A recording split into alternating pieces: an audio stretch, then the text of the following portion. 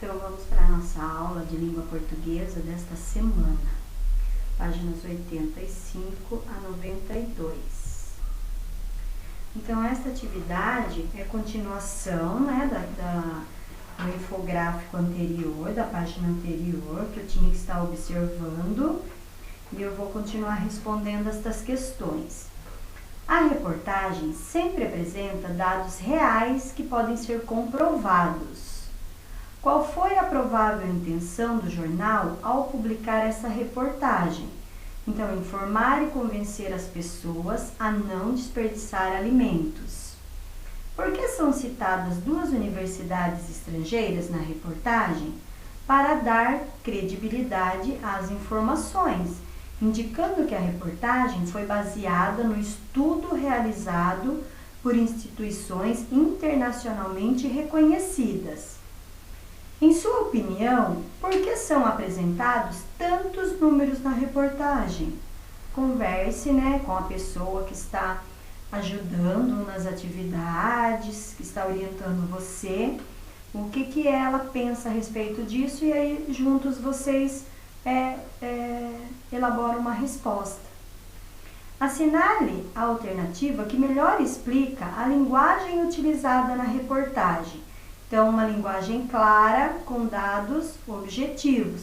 Então, através do infográfico, é possível você observar as imagens, observar os dados, os números que tem, e lendo todas as informações para você entender melhor o assunto, Então, o infográfico, ele é um tipo de texto que ele é bom exatamente por isso, porque se fosse só um texto com só palavras, você poderia ler o texto e algumas coisas você poderia não entender muito bem. Mas como tem as figuras, tem vários dados na imagem, então facilita o entendimento. Aí aqui nós temos uma outra atividade para estar respondendo, atividade para ser realizada no caderno e depois enviada para a professora a foto. Então, vocês devem lá estar respondendo, converse, como eu falei, com a pessoa que está junto com você, te orientando. O título da entrevista chamou sua atenção? Por quê? Em sua opinião, as perguntas feitas pelo entrevistador foram boas? Que outras perguntas você faria? Quais informações do entrevistado foram mais interessantes? Nas respostas do entrevistado aparecem marcas da língua falada, como tá, né, pra, pausas ou hesitações? Em sua opinião, se a entrevista tivesse sido apresentada em um programa de TV, que diferença poderiam ser observadas em relação à entrevista lida? Por quê?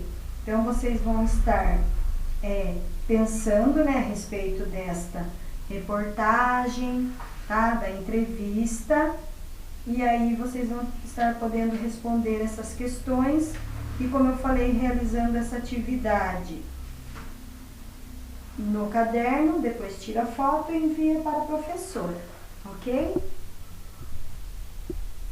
Então, nesta aula de português, foi possível conhecer a respeito de reportagem, como é, uma reportagem, Vocês puderam observar aí como a reportagem foi apresentada na capa do jornal, Então, como é esse tipo de texto, quais as características, E depois também vocês puderam ver o infográfico, o que é um infográfico, que ele também é um tipo de texto, mas é um texto que ele tem bastante informações, bastante dados, tem figuras, que é possível também observar e saber a respeito de um tema ou de um assunto através da observação.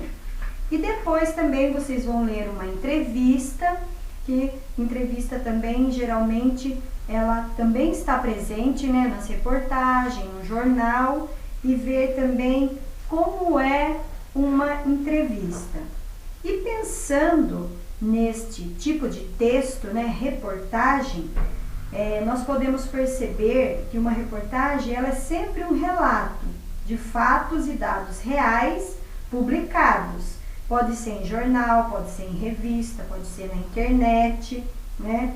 A intenção dela, da reportagem, é informar você, dar informações sobre um determinado assunto.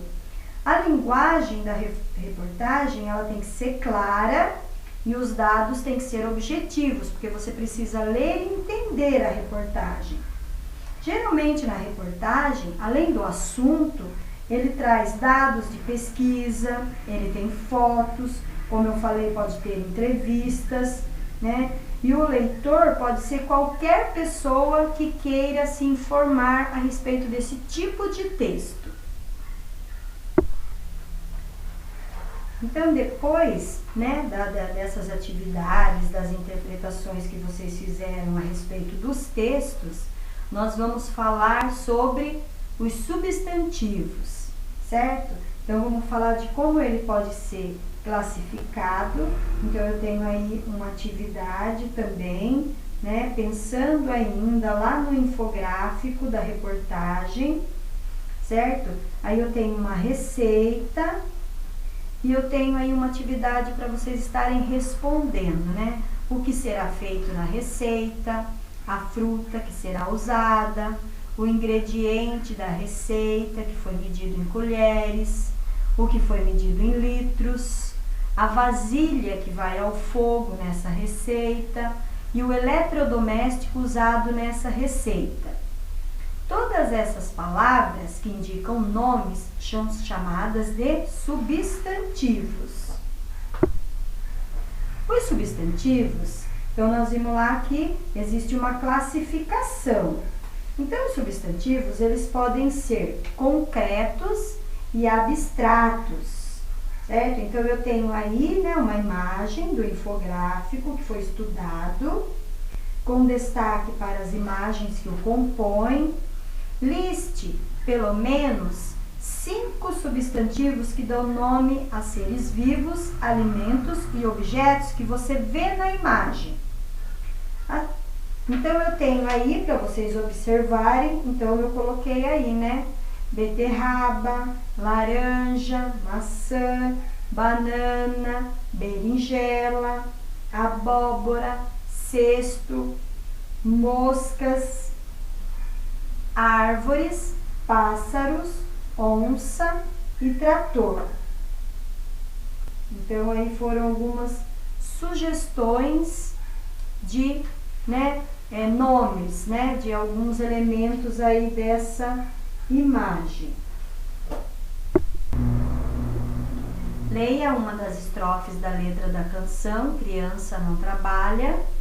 Encontre na estrofe da letra da canção os nomes de, então, um objeto escolar, que tem lá nessa estrofe, um brinquedo, doce, astro, roupa, transporte, lugar, instrumento musical. As palavras que dão nome a pessoas, animais, plantas, objetos, lugares, são chamadas de substantivos concretos, né? São coisas que de fato existem. Aí das palavras que você escreveu lá na tabela, quais palavras ficaram fora do quadro e que estão lá na estrofe da letra da música? Então são as palavras confusão, correria, gritaria. A escritora Adriana Falcão escreveu um livro em que dá esta explicação para a palavra sentimento. Sentimento é a língua que o coração usa quando precisa mandar algum recado. Ao longo do livro, a autora procura explicar os nomes de muitos sentimentos. Por exemplo, raiva, vergonha, tristeza, alegria. As palavras que responderam à atividade 3 dão nome a ações ou coisas que fazemos.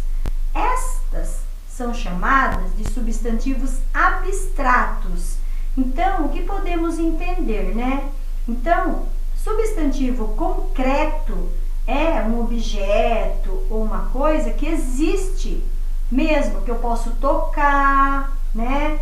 Eu posso, é mais fácil de eu poder entender aquilo lá, porque ela existe de fato, eu posso ver, eu posso tocar.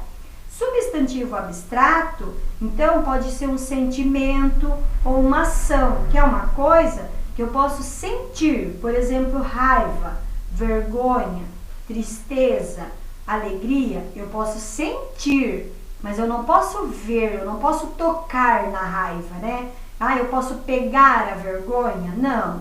Então, aí são substantivos abstratos. Leia a seguir as explicações dadas pela escritora a esses sentimentos. Então, 2.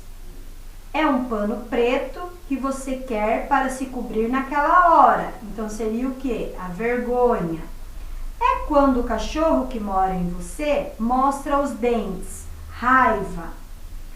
É um bloco de carnaval que não liga se não é fevereiro. Alegria.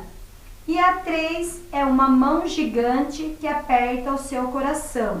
Então, como a gente leu, né, a escritora usa algumas frases para tentar explicar alguns sentimentos, né? É o jeito dela que ela usa para tentar explicar, já que são coisas, como eu falei, que não dá pra gente tocar, não dá pra gente pegar. Então, ela usa essa forma para descrever estes sentimentos. Leia o quadro a seguir e complete com mais 2 exemplos do que se pede. Então, nome de objetos, né? Então, complete aí com exemplos. Nome de pessoas. Então, aí são algumas sugestões, né? Mas você pode escrever as palavras que vocês quiserem. Nome de bichos. Nome que se refere a ações. Então, dança, comilança, gritaria, confusão, certo? Então, aí vocês podem responder da maneira como acharem melhor. Agora você vai se divertir com um jogo chamado Stop e mostrar o que já sabe sobre substantivos. Para isso, siga as regras. Leia o quadro abaixo. Né? Aqui, a sugestão da atividade nós fazermos em sala, né? Porque está pedindo para aguardar o sinal que será dado pela professora. Mas aí vocês vão fazer da maneira como vocês acharem melhor, certo? Pode só preencher a tabela, ou se vocês tiverem alguém aí para fazer junto com vocês, certo? Então, vocês vão completar cada espaço com 3 substantivos diferentes. Ao terminar, todos param de escrever, aguardem a correção e a contagem de pontos. Então, aí, você pode fazer e depois pedir para a pessoa que está auxiliando você na atividade corrigir para você, né? Para ver se você foi bem, para ver se você acertou tudo. E aí, na hora da correção, tem algumas sugestões, mas não precisa ser exatamente essas. Pode ser as palavras que vocês quiserem escrever, certo? Então, espero que vocês tenham entendido, né, a questão do que é substantivo concreto e substantivo abstrato, mas lembrando que estamos sempre colocando alguns vídeos no grupo, né, relacionado ao assunto que estamos estudando, para que vocês possam assisti-los e que ajudem vocês nos estudos. Então, não deixem de assisti-los, prestarem bastante atenção, voltar nas correções quando tiver dúvida, certo? Assim vocês vão estar conseguindo realizar um bom estudo.